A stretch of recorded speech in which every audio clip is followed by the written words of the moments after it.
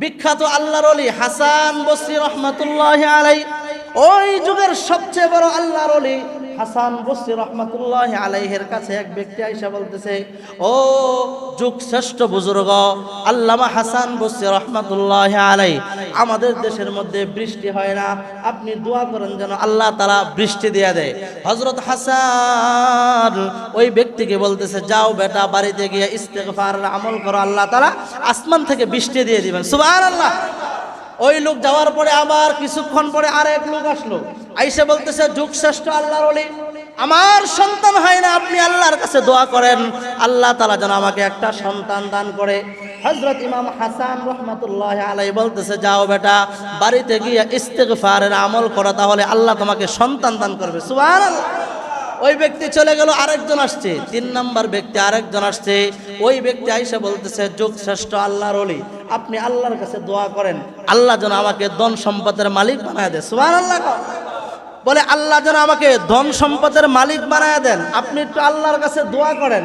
যুগ শ্রেষ্ঠ আল্লাহর ওলি হযরত হাসান বসরি রাহমাতুল্লাহি আলাইহি বলতেছেন, যাও বেটা, বাড়িতে গিয়ে ইস্তেগফারের আমল করো। প্রথম জন আসলেন, বলে ইস্তেগফারের আমল করো। দ্বিতীয় জন আসলেন, বলেন ইস্তেগফারের আমল করো। তৃতীয় ব্যক্তি আসলেন, তাকেও বললেন ইস্তেগফারের আমল করো। এই ঘটনা ইমাম হাসান বসরি রাহমাতুল্লাহি আলাইহির সাথে তার খাদেম ছিল। খাদেম এই ঘটনা দেখছে যে আমার পীর সাহেব কি করলো। একজন বলতেছে, হযরত বৃষ্টি নাই, বলে ইস্তেগফারের আমল করো। আরেকজন বলতেছে, হযরত আমার সন্তান দরকার, বলে ইস্তেগফারের আমল করো। আরেকজন বলতেছে, হযরত আমি টাকা পয়সার মালিক হতে চাই, আমাকে দোয়া করে দেন, বলে যাও বেটা, বাড়িতে গিয়ে ইস্তেগফারের আমল করো। এবার হযরত হাসান বসরি রাহমাতুল্লাহি আলাইহি খাদেম বলতেছে, হযরত আপনার কাছে আমি আর থাকবো না। বলে, কেন থাকবা না? বলে, প্রথম ব্যক্তি আসলো, তাকেও বলেন ইস্তেগফার পড়তে। দ্বিতীয় ব্যক্তি আসলো, তাকেও বলেন ইস্তেগফার পড়তে।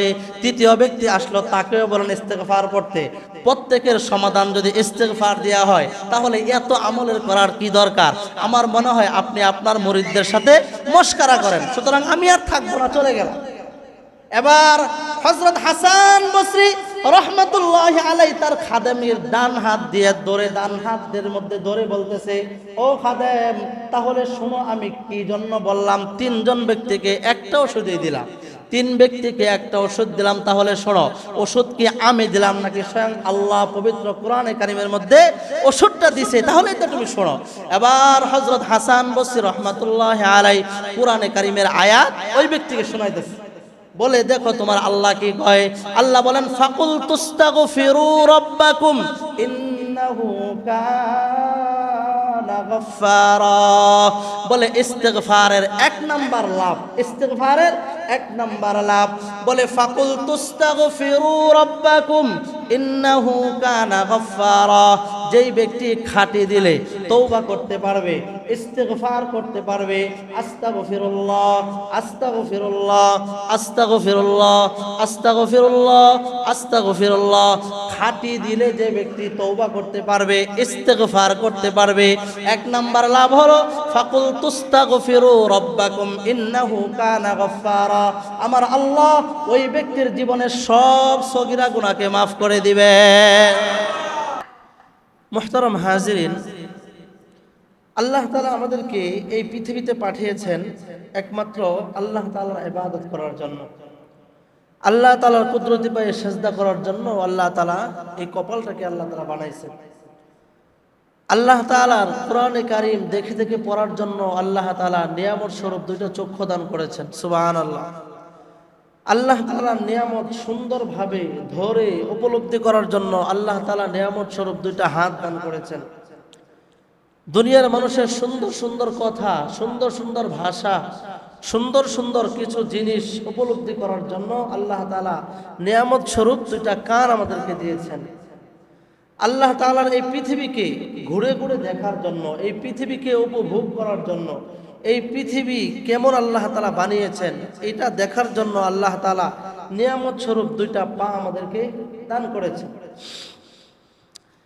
এই পৃথিবীর সুন্দর সুন্দর একটা জিনিস দেখে বোঝার জন্য, জিনিসটা ভালো না খারাপ এটা অনুধাবন করার জন্য, এটা বোঝার জন্য, ভাত খাওয়ার পরে এটা ভাত না পোলাও এটা বোঝার জন্য, গোশতের তরকারি খাওয়ার পরে এটাতে লবণ হয়েছে না হয় নাই, আলুবাজি হওয়ার পরে এটা যে সিদ্ধ হয়েছে না হয় নাই, এটা বোঝার জন্য আল্লাহ তাআলা সুন্দর একটা মস্তিষ্ক আমাদেরকে দান করেছেন। সুবহানাল্লাহ। একটা মস্তিষ্ক আল্লাহ তাআলা দান করেছেন, সব কিছু আমাদের নিয়ামত স্বরূপ, সব কিছু বান্দার কল্যাণের জন্য, সব কিছু একমাত্র বান্দা যেন সুন্দরভাবে অনুধাবন করতে পারে, বান্দা যেন সুন্দরভাবে একটা জিনিস ভালো না খারাপ এটা বুঝতে পারে, এর জন্য যা যা প্রয়োজন সব কিছু আল্লাহ তাআলা নিয়ামত স্বরূপ বান্দাকে দান করেছেন। সুবহানাল্লাহ। তো গত জুমায় আমাদের আলোচনা চলতেছিল মুহররম মাস একেবারে বিদায় নিয়ে চলে যাচ্ছে, আজকে চতুর্থ জুমা, আরবি মাস হিসাবে আজকে কি চতুর্থ জুমা। আমরা যেমন ইংরেজি নববর্ষ পালন করি, বলে কি 2025 সালের ডিসেম্বরের 31 তারিখ অথবা 30 তারিখ রাত্রে 12টা বাজা শুরু, আমার দেশের মানুষ কত ফটকা, কত আতশবাজি, কত কিছু ফুটায়া 2026 নতুন বছরকে স্বাগত জানায়, যে আমাদের জীবনে নতুন আরেকটি বছর আসতেছে। ঠিক তেমনই ভাবে আরবি মাস হিসাবে এটা ছিল মুহররম মাস, এটা আরবি মাসের প্রথম মাস। সেই প্রথম মাসটার মধ্যে আমরা কি কি অঙ্গীকার করতে পারলাম আল্লাহর কাছে, যে আল্লাহ এই মুহররম মাসের অনেক ঘটনাই তো মসজিদের হুজুর আমাদেরকে শোনাইলেন, এই মুহররম মাসে কত কিছু ঘটনা ঘটছে আমরা প্রতি জুমায় আলোচনা করেছি। আমরা কারবালার ইতিহাসও পড়েছি মুহররম মাসে, আমরা আল্লাহর নবী সাল্লাল্লাহু আলাইহি ওয়াসাল্লামের হিজরতের ইতিহাসও পড়েছি, আমরা ইব্রাহিম আলাইহিস সালাতু ওয়াস সালামের ইতিহাসও পড়েছি, আমরা পয়গম্বর নূহ আলাইহিস সালাতু ওয়াস সালামের জীবনীও পড়েছি, আমরা ইউসুফ আলাইহিস সালাতু ওয়াস সালামকে মুহররম মাসের 10 তারিখে আল্লাহ তাআলা কুয়া থেকে বাঁচাইছেন, সেই ইতিহাসও আমরা পড়েছি। জুমাতে আমরা আলোচনা করেছি। লাভ হলো এই যে ইতিহাস জানলাম, উলামায়ে কেরাম মসজিদের হুজুর আমাদেরকে শোনাইলেন, লাভ কি? সারা দেশে ওয়াজ মাহফিল নসিহত কি কম হয়? সারা দেশে মাহফিল কি কম না বেশি? অনেক বেশি। আসলে লাভ কি? এটার দ্বারা উদ্দেশ্য কি? উদ্দেশ্য হলো একটাই, যে আল্লাহ আমাদেরকে বানাইছেন, যে আল্লাহ আমাদেরকে যে উদ্দেশ্য করে বানাইছেন, যে আল্লাহ যে নিয়তে আমাদেরকে সৃষ্টি করেছেন, সেই উদ্দেশ্য যদি আমরা পূরণ করতে পারি, সেই আল্লাহর নিয়ত যদি আমরা বাস্তবায়ন করতে পারি, যে আল্লাহ আমাদেরকে কি জন্য সৃষ্টি করেছেন ওইটা যদি আমরা সুন্দর একটা সুস্থ বিবেক দিয়ে আমরা এটা বুঝতে পারি, তাহলেই এই দুনিয়াতে আসা, দুনিয়াতে বসবাস করা, দুনিয়ার আল্লাহর এত নিয়ামত উপভোগ করা তাহলে সার্থক হবে। আর যদি আমরা মন চাই জিন্দিগি চললাম, মন চাইলো খাইলাম, মন চাইলো বাথরুম করলাম, মন চাইলো প্রস্রাব করলাম, আবার হায়াতের জিন্দিগি শেষ, চলে গেলাম, যদি এটাকে মনে করি, এটার নাম কোনো জীবন হতে পারে? এটার নাম জীবন হতে পারে?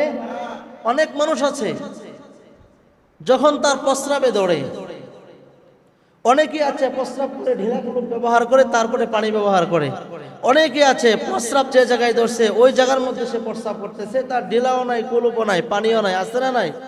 কথা বলেন, আছে না নাই? তাহলে আমি প্রস্রাব করে পানি লইলাম না, গরুও প্রস্রাব করে পানি লইল না, আমার মধ্যে আর গরুর মধ্যে পার্থক্য আছে কোনো? কথা বলেন, কোনো পার্থক্য আছে? আমিও দাঁড়ায় খাইলাম, চতুষ্পদ জন্তুও দাঁড়ায় খাইলো, আমার মধ্যে চতুষ্পদ জন্তুর মধ্যে কোনো পার্থক্য আছে? কথা বলেন, কোনো পার্থক্য আছে? আমিও দাঁড়ায় খাইলাম, চতুষ্পদ জন্তুও দাঁড়ায় খাইলাম, অথচ আমার নবী তো আমার পুরা জীবনের সিস্টেমটাকে পরিবর্তন করে দিয়েছেন। আমার নবী তো আমার পুরা জীবনটাকে সুন্দর একটা শরীয়ত ভিত্তিক আমার জীবনটাকে নবীজি পরিচালনা করার জন্য শরীয়ত দিয়েছে। কিন্তু আজকে গরু ছাগল চতুষ্পদ জন্তু দাঁড়ায় প্রস্রাব করে, আমিও দাঁড়ায় প্রস্রাব করি, চতুষ্পদ জন্তু তারাও প্রস্রাব করার পরে পানি লয় না, আমিও লই না, পার্থক্যটা কি? এমন মানুষও আছে পুরা সপ্তাহ পুরা মাস চলে যায়, একদিনও সে ওযু করে না, আছে না নাই?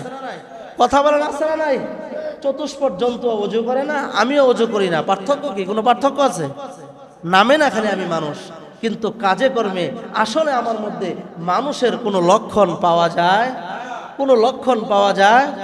এই জন্য ভাই দোস্ত বুজুর্গ, আজকে আমাদের আলোচনা ছিল, গত জুমায় আমরা একটা বিষয় নিয়ে আলোচনা করেছিলাম, সেই বিষয়টা হচ্ছে মুহররম মাস চলে যাচ্ছে, আমরা আল্লাহ তাআলার কাছে আমাদের গুনার জন্য আমরা কি করব?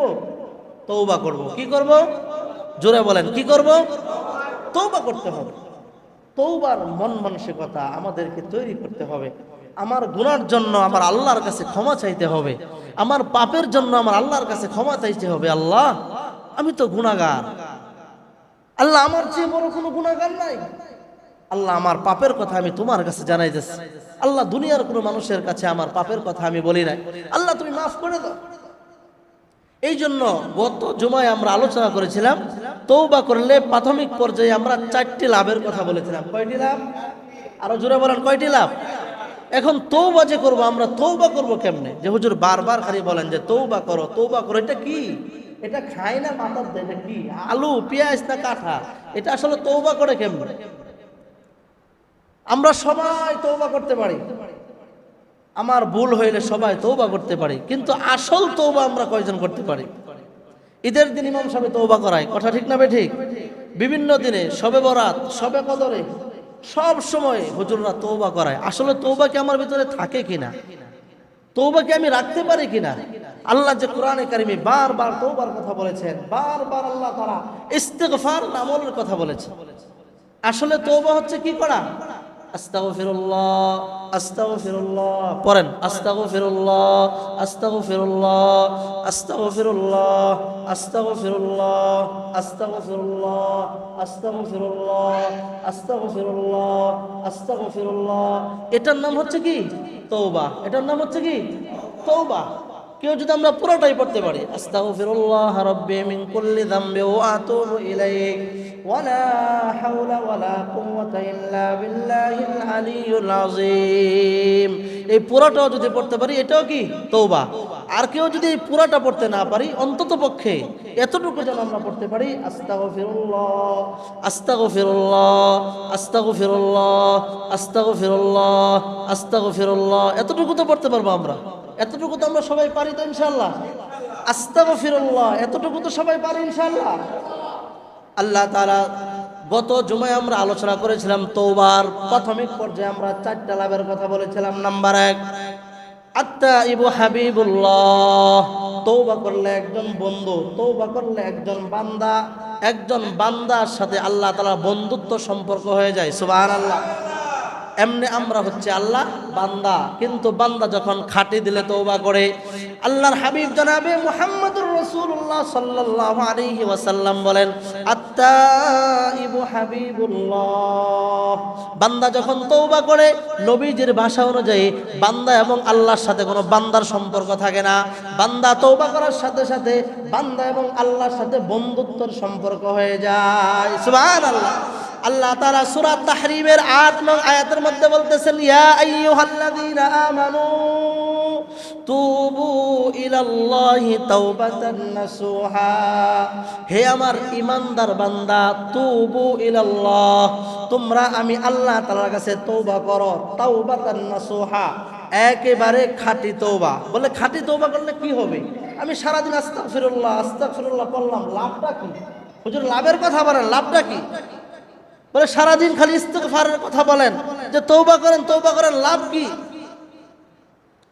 বলতেছে, আসা রাব্বুকুম আন ইউকাফিরা আনকুম সাইয়্যাতিকুম ওয়া ইউদখিলাকুম জান্নাতিন তাজরি মিন তাহতিহাল আনহার।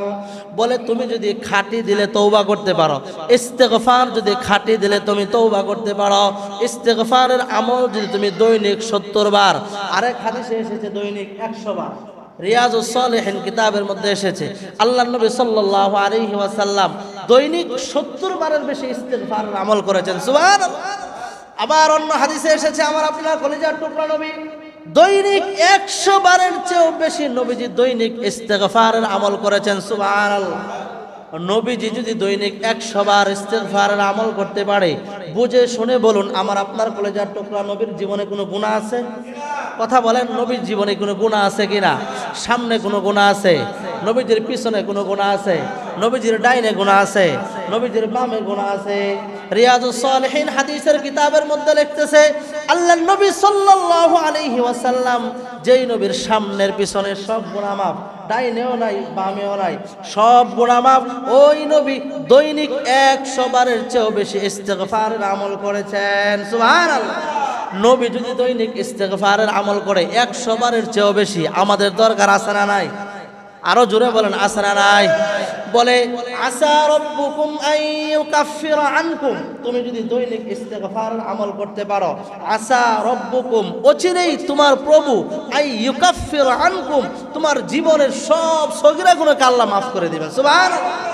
বলে শুধু গুনাহ মাফ করে দিবেন তাই নয়, গুনাহ মাফ করার পরে জায়গাটা খালি হয়েছে যে এই জায়গাটা আমার আল্লাহ আবার নেকি দ্বারা পরিপূর্ণ করে দিবেন। সুবহানাল্লাহ।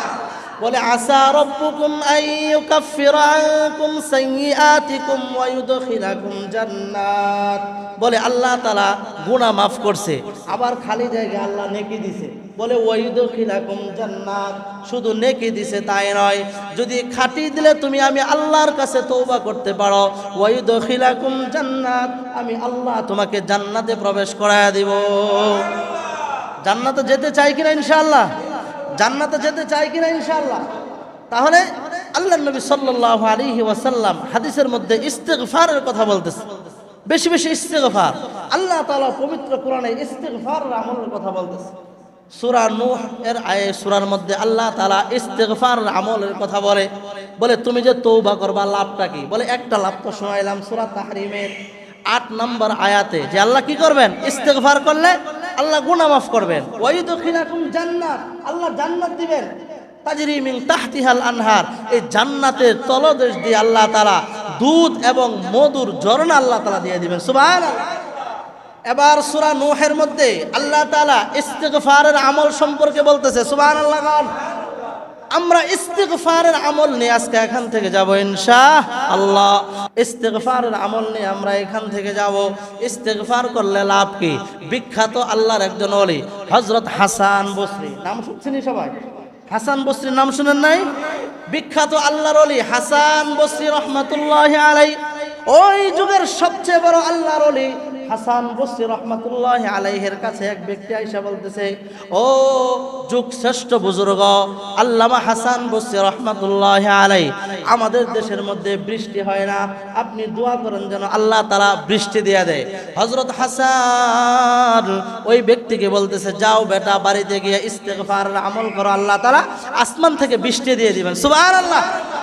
ওই লোক যাওয়ার পরে আবার কিছুক্ষণ পরে আরেক লোক আসলো, আইসা বলতেছে, যুগ শ্রেষ্ঠ আল্লাহর ওলি, আমার সন্তান হয় না, আপনি আল্লাহর কাছে দোয়া করেন আল্লাহ তাআলা যেন আমাকে একটা সন্তান দান করে।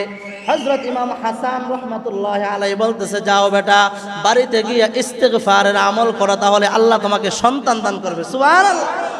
ওই ব্যক্তি চলে গেল, আরেকজন আসছে, ৩ নাম্বার ব্যক্তি আরেকজন আসছে। ওই ব্যক্তি আইসা বলতেছে, যুগ শ্রেষ্ঠ আল্লাহর ওলি, আপনি আল্লাহর কাছে দোয়া করেন আল্লাহ যেন আমাকে ধন সম্পদের মালিক বানায় দেয়। সুবহানাল্লাহ। বলে আল্লাহ যেন আমাকে ধন সম্পদের মালিক বানায় দেন, আপনি একটু আল্লাহর কাছে দোয়া করেন। যুগ শ্রেষ্ঠ আল্লাহর ওলি হযরত হাসান বসরি রাহমাতুল্লাহি আলাইহি বলতেছেন, যাও বেটা বাড়িতে গিয়ে ইস্তিগফারের আমল করো। প্রথম জন আসলেন, বলে ইস্তিগফারের আমল করো। দ্বিতীয় জন আসলেন, বলেন ইস্তিগফারের আমল করো। তৃতীয় ব্যক্তি আসলেন, তাকেও বললেন ইস্তিগফারের আমল করো। এই ঘটনা ইমাম হাসান বসরি রাহমাতুল্লাহি আলাইহির সাথে তার খাদেম ছিল। খাদেম এই ঘটনা দেখছে যে আমার পীর সাহেব কি করলো। একজন বলতেছে, হযরত বৃষ্টি নাই, বলে ইস্তিগফারের আমল করো।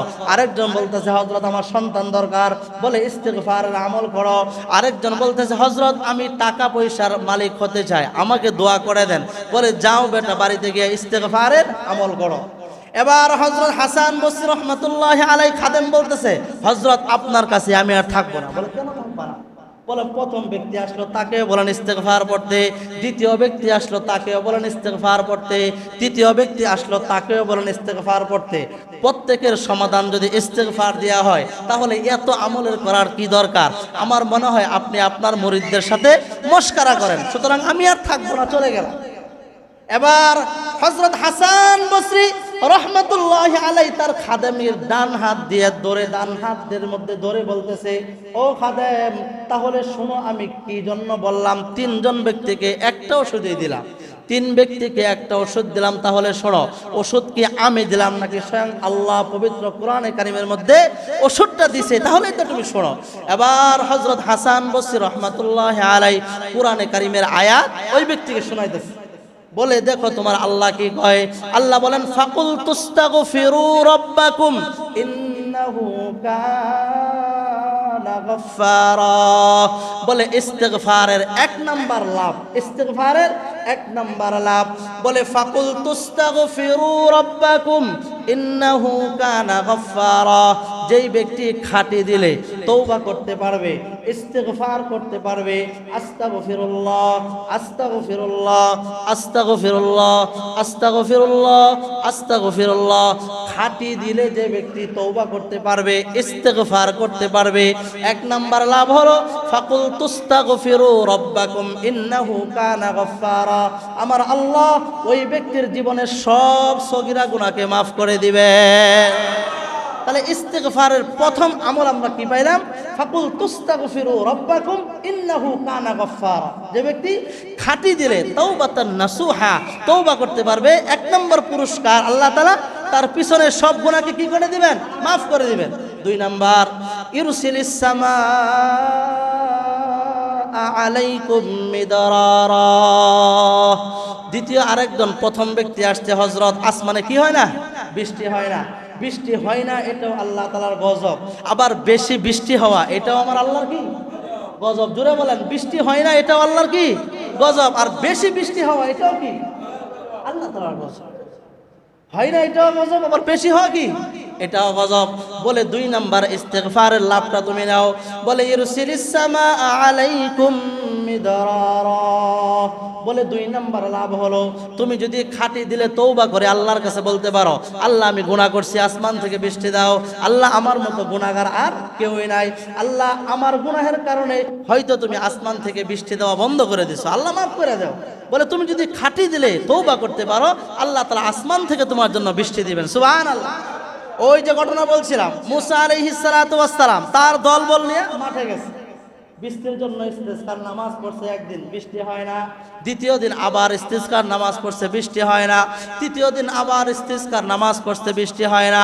এবার আল্লাহ তাআলা মুসা আলাইহিস সালাতু ওয়াস সালামকে জানায় দিয়েছেন, হে মুসা, তোমার এই সমস্ত দেশবাসী মিলেও যদি তুমি দোয়া করো, তোমার দোয়া আমি আল্লাহ তাআলা কবুল করব না, বৃষ্টিও দিব না। বলে কেন? বলে তোমার এই দোয়ার মধ্যে এমন একজন নাফরমান আছে, এমন একজন আল্লাহদ্রোহী আছে, এমন একজন ফাসিক আছে, যে তার পুরা জিন্দেগিতে একবারের জন্য তার কপালটা আমার কুদরতি পায়ে লাগাই নাই। ওই কাফের, ওই নাফরমান যতক্ষণ পর্যন্ত না এই মসজিদ থেকে উঠে না যাবে, ততক্ষণ পর্যন্ত আমি বৃষ্টি দিব না। এবার যখন মুসা আলাইহিস সালাতু ওয়াস সালাম ঘোষণা দিলেন যে শুনো, এই মজলিসের মধ্যে একজন নাফরমান আছে, যে তার পুরা জিন্দেগিতে একটা সেজদাও দেয় নাই, ওই নাফরমান যতক্ষণ পর্যন্ত না এই মাঠ থেকে উঠে না যাবে, ততক্ষণ পর্যন্ত বৃষ্টি হবে না। মুসা আলাইহিস সালাম এই ঘোষণা দিলেন। ঘোষণা দেওয়ার 5 মিনিট পরে আসমান থেকে ঝরঝর করে বৃষ্টি শুরু হয়ে গেল। সুবহানাল্লাহ। এবার মুসা আলাইহিস সালাতু ওয়াস সালাম বললেন, মালিক আপনি বললেন যদি নাফরমান এই মজলিস থেকে না যায় আপনি বৃষ্টি দিবেন না। ও আল্লাহ, এই মজলিস থেকে তো কোনো মানুষ যায় নাই, তাহলে আপনি কেমনে বৃষ্টি দিলেন? মানুষ তো বলবে আমি আপনার পয়গম্বর একটা মিথ্যু, কোনো মানুষ তো মজলিস থেকে বের হয় নাই, আপনি কেমনে বৃষ্টি দিলেন? আল্লাহ বলেন, ও মুসা তুমি শোনো, এই মজলিসের মধ্যে ওই নাফরমান ব্যক্তিটা আছে, তবে যখন তুমি ঘোষণা দিছো তার ভিতরে এটা আঘাত লাগছে, সে তার মাথাটা নিচের দিকে দিয়া 2টা হাত তুলে বলে, আল্লাহ আমি যদি এই মজলিস থেকে উঠে যাই, সমস্ত মজলিসের মানুষ আমাকে নাফরমান বলে ডাক দিবে, আমাকে গুনাহগার বলে ডাক দিবে, আমাকে ফাসিক বলে ডাক দিবে। ও আল্লাহ, আমি আজকে এই মজলিসের মধ্যে তওবা করতেছি, আমি আর জীবনেও তোমার কখনো নামাজ ছাড়বো না। সুবহানাল্লাহ। এবার বলতেছে মুসা, আমার এই নাফরমান বান্দাটা যখন আমার কাছে তওবা করতেছে, আস্তাগফিরুল্লাহ আস্তাগফিরুল্লাহ বলে যখন তওবা করে, আমার কাছে যখন মাপ চাইছে, আমার কাছে এত ভালো লাগছে, এত ভালো লাগছে, এত ভালো লাগছে, আমি তাকে মাফ করে দিয়ে আসমান থেকে বৃষ্টি বর্ষণ শুরু করে দিয়েছি। সুবহানাল্লাহ। এবার মুসা বলতেছে, আল্লাহ ওই বান্দাটাকে যদি একটু আমাকে দেখাইতা, একটু যদি আমাকে দেখাইতা। আমার আল্লাহ বলে, মুসা শোনো, আমার ওই বান্দা গুনাহ করেছে প্রকাশ্যে, কিন্তু তওবা করেছে আমার কাছে গোপনে। আমার নাম তো হচ্ছে সাত্তার, আমি আল্লাহ তার জীবনের সব গুনাহকে আমি গোপন রেখে তাকে আমি মাফ করে দিয়েছি। সুবহানাল্লাহ। তাহলে ইস্তিগফারের আমল চলতেছে। 2 নাম্বার, ইরসিলিস সামা আলাইকুম মিদরারা, যদি আসমান থেকে বৃষ্টি না হয় তাহলে ইস্তিগফারের আমল করো। আসমান থেকে যিনি বৃষ্টি বর্ষণ করে দিবেন তিনি কে? বলে 3 নাম্বার, ওয়ায়ুমদিদুকুম বিআমওয়াল, বলে যার ধন সম্পদ কম, যার টাকা পয়সা কি কম, বলে নিয়তটা শুদ্ধ করে ইস্তিগফারের আমল করো। দৈনিক 70 বার, দৈনিক 100 বার। বলে কোনো কাজ নাই, বলে আস্তাগফিরুল্লাহ আস্তাগফিরুল্লাহ ওয়া আতুবু ইলাইক, আস্তাগফিরুল্লাহ ওয়া আতুবু ইলাইক, আস্তাগফিরুল্লাহ ওয়া আতুবু ইলাইক, আস্তাগফিরুল্লাহ ওয়া আতুবু ইলাইক। বলে দৈনিক তুমি ইস্তিগফারের আমল করতে থাকো। আল্লাহ তাআলা, তুমি যদি খাঁটি দিলে পড়তে থাকো, আল্লাহ তাআলা তোমাকে ধন সম্পদ দিয়ে পরিপূর্ণ করে দিবেন। সুবহানাল্লাহ। বলে ওয়ায়ুমদিদুকুম বিআমওয়ালিন ওয়া বানিন, বলে ইস্তিগফারের 4 নাম্বার, বলে যাদের সন্তান হয় না, 2 বছর হয়ে গেছে, 3 বছর, 5 বছর, 10 বছর, বলে সন্তান হয় না, বলে ওয়ায়ুমদিদুকুম বিআমওয়ালিন ওয়া বানিন, যাদের সন্তান হয় না ইস্তিগফারের আমল করো। কে বলেছেন? কথা বলেন, কে বলেছেন? ইস্তিগফারের আমলের কথা কে বলেছেন? আল্লাহ বলেছেন। আল্লাহর কথা মিথ্যা হতে পারে? কথা বলেন, মিথ্যা হতে পারে? এই কোরআন কি মিথ্যা হতে পারে কিনা? কোরআন কি মিথ্যা হতে পারে? বলে 4 নাম্বার হলো ওয়ায়ুমদিদুকুম বিআমওয়ালি ওয়া বানিন, তুমি যদি ইস্তিগফারের আমলটা খাঁটি দিলে তুমি করতে পারো, যাদের সন্তান হয় না আল্লাহ তাআলা সন্তান দ্বারা পরিপূর্ণ করে দিবেন। সুবহানাল্লাহ। বলে ওয়ায়াজআল লাকুম জান্নাতিন ওয়ায়াজআল লাকুম আনহারা, বলে বেশি বেশি ইস্তিগফার যদি পড়ো, বেশি বেশি ইস্তিগফার পড়ো, আল্লাহর কাছে ক্ষমা চাও। যারা আমরা আস্তাগফিরুল্লাহ পারি না, বাংলাতেও ক্ষমা চাওয়া যায়, আল্লাহ মাফ করে দাও, আল্লাহ গুনাহ করছি মাফ করে দাও, এতটুকু তো বলতে পারবো। আমরা যারা আস্তাগফিরুল্লাহ না পারি, বাংলা তো বলতে পারবো, আল্লাহ মাফ করে দাও, আল্লাহ আমি গুনাহগার মাফ করে দাও, এতটুকু বলতে পারবো তো ইনশাআল্লাহ? বলতে পারবো তো ইনশাআল্লাহ? তাহলে আজকে আমরা ইস্তিগফারের 4টা লাভ আমরা জানলাম। একটা হলো যে ব্যক্তি ইস্তিগফার পড়বে আল্লাহ তাআলা তার জীবনের সব গুনাহকে মাফ করে দিবেন। সুবহানাল্লাহ। 2 নাম্বার হলো যে ব্যক্তি ইস্তিগফার পড়বে, যদি আসমান থেকে বৃষ্টি না হয় আল্লাহ তাআলা আসমান থেকে বৃষ্টি দিয়ে দিবেন। 3 নাম্বার হচ্ছে যদি কারো টাকা পয়সার সমস্যা থাকে, খাঁটি দিলে যদি ইস্তিগফারের আমল করতে পারে আল্লাহ তাআলা ধন সম্পদ দিয়ে পরিপূর্ণ করে দিবেন। সুবহানাল্লাহ। 4 নাম্বার হলো যদি কাদের সন্তান হয় না, যদি কারো সন্তান হয় না, আল্লাহ তাআলার কাছে খাঁটি দিলে বলা যে আল্লাহ ইস্তিগফারের আমল করতেছি, আল্লাহ তুমিই তো সন্তান দেনেওয়ালা। নাকি কোনো বাবা সন্তান দেয়? কথা কন। কোনো বাবা সন্তান দেয়? কোনো পীর সাহেবের সন্তান দেয়? কোনো হুজুরের সন্তান দেয়? কোনো ওলিয়ের সন্তান দেয়? কোনো গাউসের সন্তান দেয়? কোনো কুতুবের সন্তান দেয়? স্বয়ং আমাদের নবী কি সন্তান দিতে পারবে? জোরে বলেন, নবী কি সন্তান দিতে পারবে? আরে নবীকে আল্লাহ বলছে ইয়া আইয়ুহার রাসূল বাল্লিগ মা উনজিলা ইলাইকা মির রাব্বিক, হে রাসূল আপনার দায়িত্ব শুধু আমার আয়াতটা আপনি আপনার উম্মতের কাছে পৌঁছায়া দেন। হেদায়েত দেওয়ার মালিক আপনি নয়, হেদায়েত দেওয়ার মালিক একজন, তিনি কে? আল্লাহ। এই জন্য হেদায়েত দেওয়ার মালিক নবী না, নবীকে বলছে ইয়া আইয়ুহার রাসূল বাল্লিগ মা উনজিলা ইলাইকা মির রাব্বিক, হে আল্লাহর রাসূল। আল্লাহ বলতেছে হাবিব আপনি শুধু পৌঁছায়া দেন, আপনি তো টেপ রেকর্ডার, আমি আপনার ভিতরে রেকর্ড করে দিয়েছি। ইন হুয়া ইল্লা ওয়াহয়ু ইউহা, আল্লাহ তাআলা বলতেছেন যে আমি আপনার ভিতরে এটা রেকর্ড করে দিয়েছি, আপনি শুধু শোনায়া দেন। হেদায়েতের মালিক আপনি না, আপনার দায়িত্ব কি দেওয়া? শোনায়া দেওয়া। আমাদের দেশে একদলে কি বলে, নবীজি কি জানে?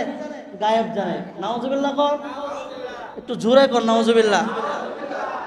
নবীজি গায়েব জানে, নবীজি গায়েব জানে, নবীজি গায়েব জানে। গায়েবের মালিক হলেন একজন, তিনি কে? আল্লাহ ছাড়াই পৃথিবীর আর কেউ গায়েব জানে না। এটা আমাদের ভিতরে, এটা ইমানের একটা অংশ, এটা ইমানের কি একটা অংশ। এই জন্য ভাইরা আমার, সন্তান কোনো বাবার দেওয়ার ক্ষমতা নাই সন্তান দেওয়ার, কোনো পীরের ক্ষমতা নাই সন্তান দেওয়ার, কোনো ওলির ক্ষমতা নাই সন্তান দেওয়ার, কোনো গাউস কুতুব যাই বলেন, মুজাদ্দিদে আলফে সানি বলেন, আর খাজা মঈনুদ্দিন বখতিয়ার কাকি বলেন, কারো সন্তান দেওয়ার ক্ষমতা নাই। সন্তান দেওয়ার ক্ষমতা একজন আছে, তিনি কে? আল্লাহ। এই জন্য আমাদের সকল সমস্যার সমাধান আমরা একজনের কাছ থেকে নিব, তিনি কে? আমাদের রিজিকের সমস্যা, অসুস্থতা, সুস্থতা যা প্রয়োজন আমরা ইস্তিগফারের মাধ্যমে আমরা আল্লাহ তাআলার কাছ থেকে চেয়ে নিব ইনশাআল্লাহ। আমরা আজকে ইস্তিগফারের 4টা লাভের কথা বললাম। ইনশাআল্লাহ আগামী জুমাতে আল্লাহ যদি হায়াতের মধ্যে বরকত দেয় আরও আমরা ইস্তিগফারের কথা বলবো। নবীজি সাল্লাল্লাহু আলাইহি ওয়াসাল্লাম বলেন যে কুল্লু বানি আদম খাত্তাউন ওয়া খায়রুল খাত্তাইনা তাওয়াবিন। আল্লাহর হাবিব বলেন কুল্লু বানি আদম খাত্তাউন, যে প্রত্যেকটা বনি আদমই ভুলের ঊর্ধ্বে নয়, প্রত্যেকেই ভুল করে। আল্লাহ তাআলা এই মেজাজ দিয়ে তো আমাদেরকে বানাইছে। ফেরেশতাদের গুনাহ করার কোনো শক্তি নাই, ভালো মন্দ বোঝার কোনো ক্ষমতা আল্লাহ তাআলা ফেরেশতাদেরকে দেয় নাই। এটা আল্লাহ তাআলা তার মুহাব্বতের বান্দাদেরকে দিয়েছেন। নবীজি বলেন কুল্লু বানি আদম খাত্তাউন, প্রত্যেকটা বনি আদমই ভুল করবেই, এটা মেজাজ দিয়ে আমি আল্লাহ তাআলা বানাইছি। তবে খায়রুল খাত্তাইনা তাওয়াবিন, এই ভুল করার পরে যে ব্যক্তি ক্ষমা চাইবে ওই ব্যক্তি হচ্ছে সবচেয়ে শ্রেষ্ঠ মানুষ। সুবহানাল্লাহ। এই জন্য আমরা ইস্তিগফারের আমল করবো তো ইনশাআল্লাহ, আল্লাহ তাআলার কাছে ক্ষমা চাইবো তো ইনশাআল্লাহ। যখনই কোনো গুনাহ হয়ে যাবে, ভুল হয়ে যাবে, সাথে সাথে ইস্তিগফার করে আল্লাহ তাআলার কাছে ক্ষমা চাইবো ইনশাআল্লাহ। আল্লাহ তাআলা আমাদের সকলকে, আমরা যেন ভুল ভ্রান্তিগুলো মাফ চেয়ে আমরা যেন ইস্তিগফারের আমলটা বেশি বেশি করে আমরা যেন 5 ওয়াক্ত নামাজ জামাতের সাথে আদায় করে আমরা যেন আল্লাহ তাআলার সামনে যাইতে পারি। আল্লাহ তাআলা সেই তৌফিক দান করুন। সকলে পড়ি আমিন। যারা আমরা সুন্নাত পড়ি না 4 রাকাত কবর জামা সুন্নাত পড়ি।